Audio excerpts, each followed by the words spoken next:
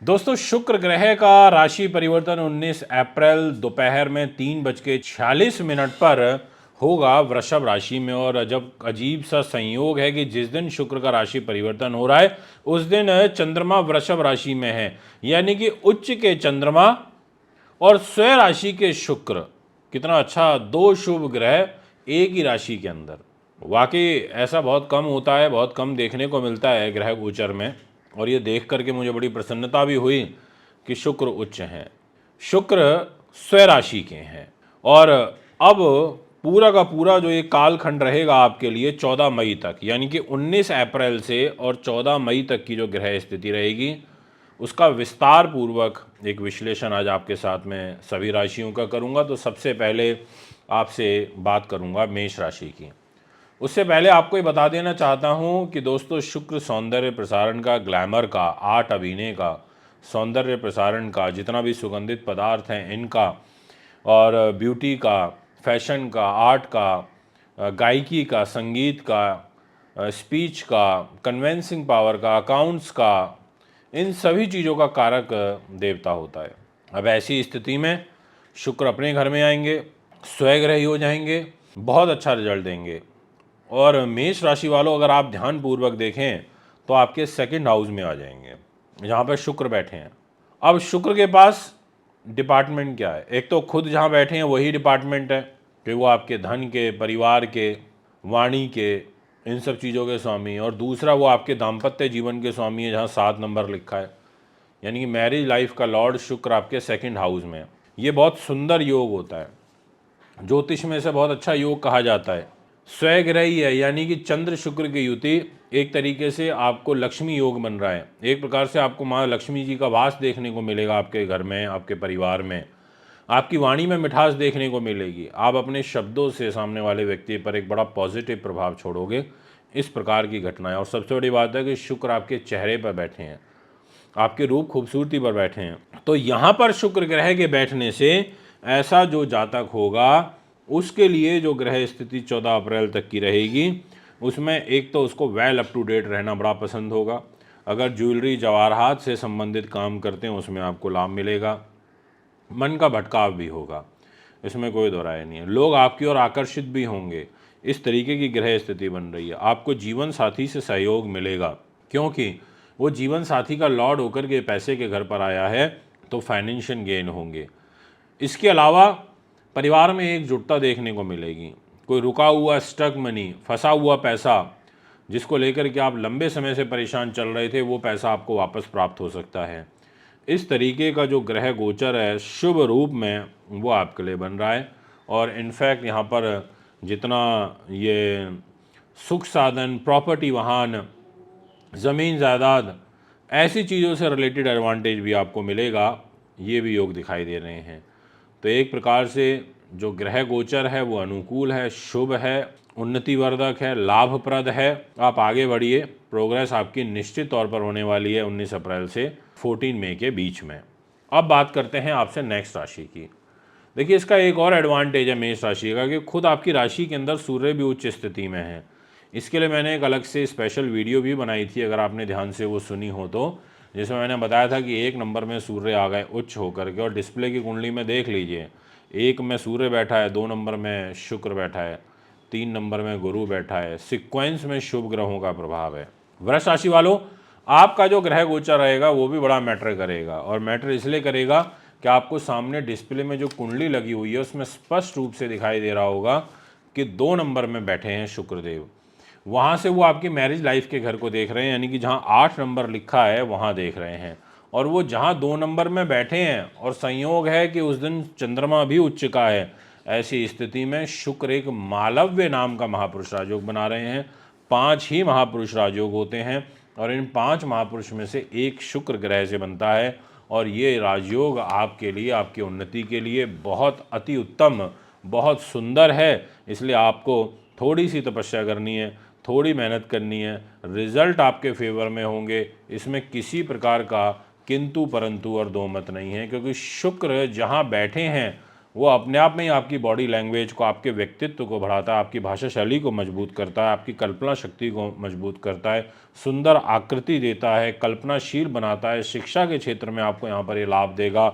इसके अलावा जितना भी श्रृंगार से रिलेटेड जो भी कार्य होते हैं, क्रय विक्रय होते हैं, उसमें आपको लाभ मिलेगा। और शुक्र जीवन साथी से भी आपको सहयोग दिलाएगा, परंतु आपको थोड़ा स्वास्थ्य के प्रति ध्यान रखना होगा, ये मैं आपसे कहना चाहूँगा। बाकी रिजल्ट आप अच्छा अर्जित कर लोगे, इसमें किसी प्रकार का किंतु परंतु नहीं है। थोड़ा सा शत्रु पक्ष से सावधान रहिएगा। बाकी जो ग्रह स्थिति है, इस मालव्य नाम के महापुरुष राजयोग का जो रिजल्ट है वो आपके लिए बड़ा ही ज़बरदस्त रहने वाला है, ये मैं स्पष्ट कर देना चाहता हूँ। और अब आपसे बात करूंगा मिथुन राशि की। आपके सामने डिस्प्ले में कुंडली आ चुकी है, जहां पर लिखा हुआ है 2 नंबर, वहां शुक्र बैठे हैं, साथ में उच्च चंद्रमा भी है। उच्च चंद्रमा तो केवल 2 ही दिन रहेगा, 19 को और 20 को आपको प्रभाव देखने को मिलेगा। बट शुक्र के पास यहाँ पर आपका व्यय स्थान है, ये उस घर में जाकर के बैठे हैं जहाँ ये अपवाद के दृष्टिकोण से रिजल्ट देते हैं। यहाँ मन के भटकाव को भी आपके देखने को मिलेगा। बुद्धि जो है थोड़ा सा दूसरे कामों में अधिक चलने लगेगी। आपको अपनी इंद्रियों पर नियंत्रण रखने की आवश्यकता होगी। इसके अलावा यहाँ पर जो खर्चे हैं वो भी हाई फाई होंगे।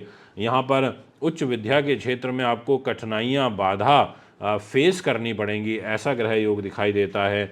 कल्पनाओं में ज़्यादा नहीं रहना है, कल्पना में ज़्यादा रहोगे आप, ऐसा योग दिखाई देता है। संगीत से, काव्य से, कला की ओर आपकी विशेष रुचि रहेगी। इसके अलावा आपको जो है यहाँ पर जो सांसारिक सुख सुविधाएं हैं वह प्राप्त होंगी, ऐसा कुंडली कहती है। इसके अलावा आपको आपका जो अपोजिट पार्टनर के प्रति जो खर्चे हैं वो अधिक होंगे, यानी कि पुरुष का स्त्री के प्रति, स्त्री का पुरुष के प्रति, ऐसी चीज़ों के तरफ आपके अधिक खर्च होने का योग दिखाई देता है।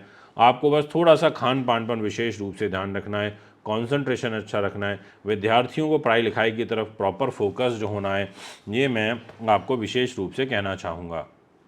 अब आपसे बात करता हूँ नेक्स्ट राशि की, और राशि का नाम रहेगा कर्क। कर्क के दोस्तों, आपको बहुत स्पष्टता के साथ कहना चाहूँगा कि आपको डिस्प्ले की कुंडली में गौर करिए, तो जहाँ 2 नंबर लिखा है वो लाभ का घर है, उसको विदेश का घर भी कहते हैं, मांगलिक कार्यक्रम भी उस घर से देखते हैं। और साथ में जहाँ 7 नंबर लिखा है उस घर की लॉर्डशिप भी शुक्र के पास है, यानी कि आपके सुख साधन, प्रॉपर्टी, वाहन, ज़मीन जायदाद का लॉर्ड होकर के वो प्रॉफिट के घर में गया है, बड़े भाई बहनों के घर में गया है, और वहाँ से आपकी बुद्धि को, आपकी एजुकेशन को देख रहा है। लाभ के घर में यानी कि लाभ बढ़ेगा। और अगर फिल्म, लाइन, एक्टिंग, अभिनय इससे रिलेटेड कार्य करते हो, उसमें आपको विशेष रूप से लाभ प्राप्त होगा। बुद्धिमान हो जाओगे, उदार हृदय के हो जाओगे। इसके अलावा अपनी वाणी से, अपने प्रिय शब्दों से सामने वाले व्यक्ति पर एक बड़ा ही अच्छा प्रभाव डालोगे। इसके अलावा उच्च जो व्यावसायिक शिक्षा होती है, अगर आप अकाउंट से रिलेटेड या आप फिल्म, लाइन, एक्टिंग या एयर हॉस्टेज इत्यादि से रिलेटेड कार्य में हैं, तो आपके लिए अच्छा रहेगा। इनफैक्ट अगर आपका जो काम है वो एक से अधिक चीज़ों से, संसाधनों से आप धन अर्जित करते हैं, तो उस दृष्टिकोण से भी ग्रह योग आपके लिए अच्छा है।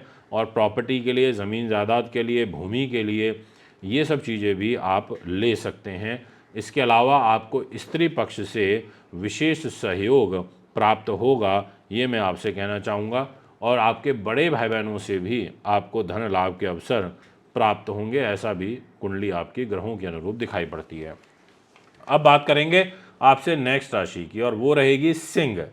सिंह के दोस्तों, आपके लिए जो गोचरीय प्रभाव है उसके अनुसार मैं ये कह सकता हूँ कि शुक्र आपको दिखाई दे रहे होंगे 2 नंबर में बैठे हुए, यानी कि शुक्र केंद्र में आ गए। 10th हाउस कर्म का होता है, कर्म भाव में स्वग्रही होना, यानी कि एक मालव्य नाम का महापुरुष राजयोग शुक्र ग्रह के द्वारा यहाँ पर निर्मित हुआ है। और शुक्र आपके कैरियर को काफ़ी हद तक सपोर्ट करेंगे। 10th हाउस में इनके बैठने से आपको जो राजयोग कारक परिस्थितियां हैं वो आपका इंतज़ार करेंगे। आपको सुख सुविधाओं से, प्रॉपर्टी, ज़मीन जायदाद से लाभ मिलेगा। आप न्यायप्रिय सोच के साथ काम करेंगे। आपके भूमि सवारी सुख में उन्नति होगी। आपको उच्च प्रतिष्ठित लोगों से सहयोग, सपोर्ट प्राप्त होगा। इसके अलावा माता पिता के प्रति जो आपका श्रद्धा भाव है, जो स्नेह प्रेम है, वो और अधिक देखने को मिलेगा। पैतृक संपत्ति का भी आपको लाभ प्राप्त होगा।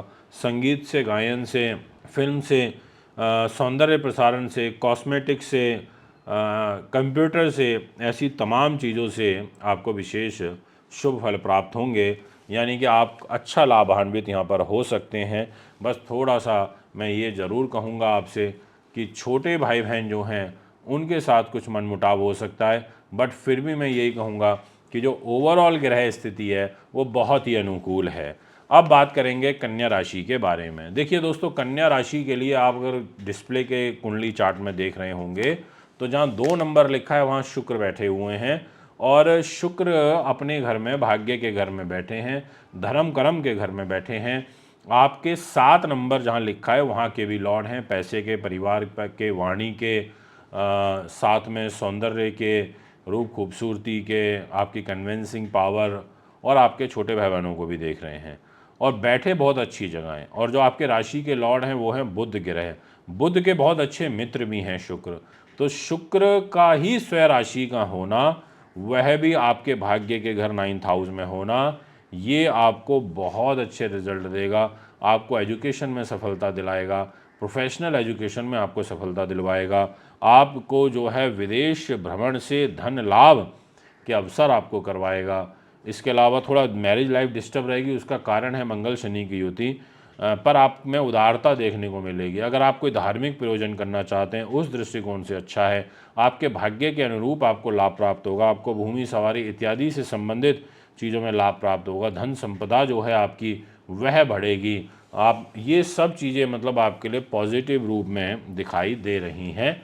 अगर आप भी अपनी कुंडली बनवाना चाहते हैं, दिखाना चाहते हैं, पूजा पाठ या रत्न रुद्राक्ष लेना चाहते हैं अच्छी क्वालिटी के, तो आप हमें संपर्क कर सकते हैं। एक बार पुनः आगामी कार्यक्रम में एक और नई वीडियो लेकर के आपके बीच में उपस्थित होऊंगा। नमस्कार।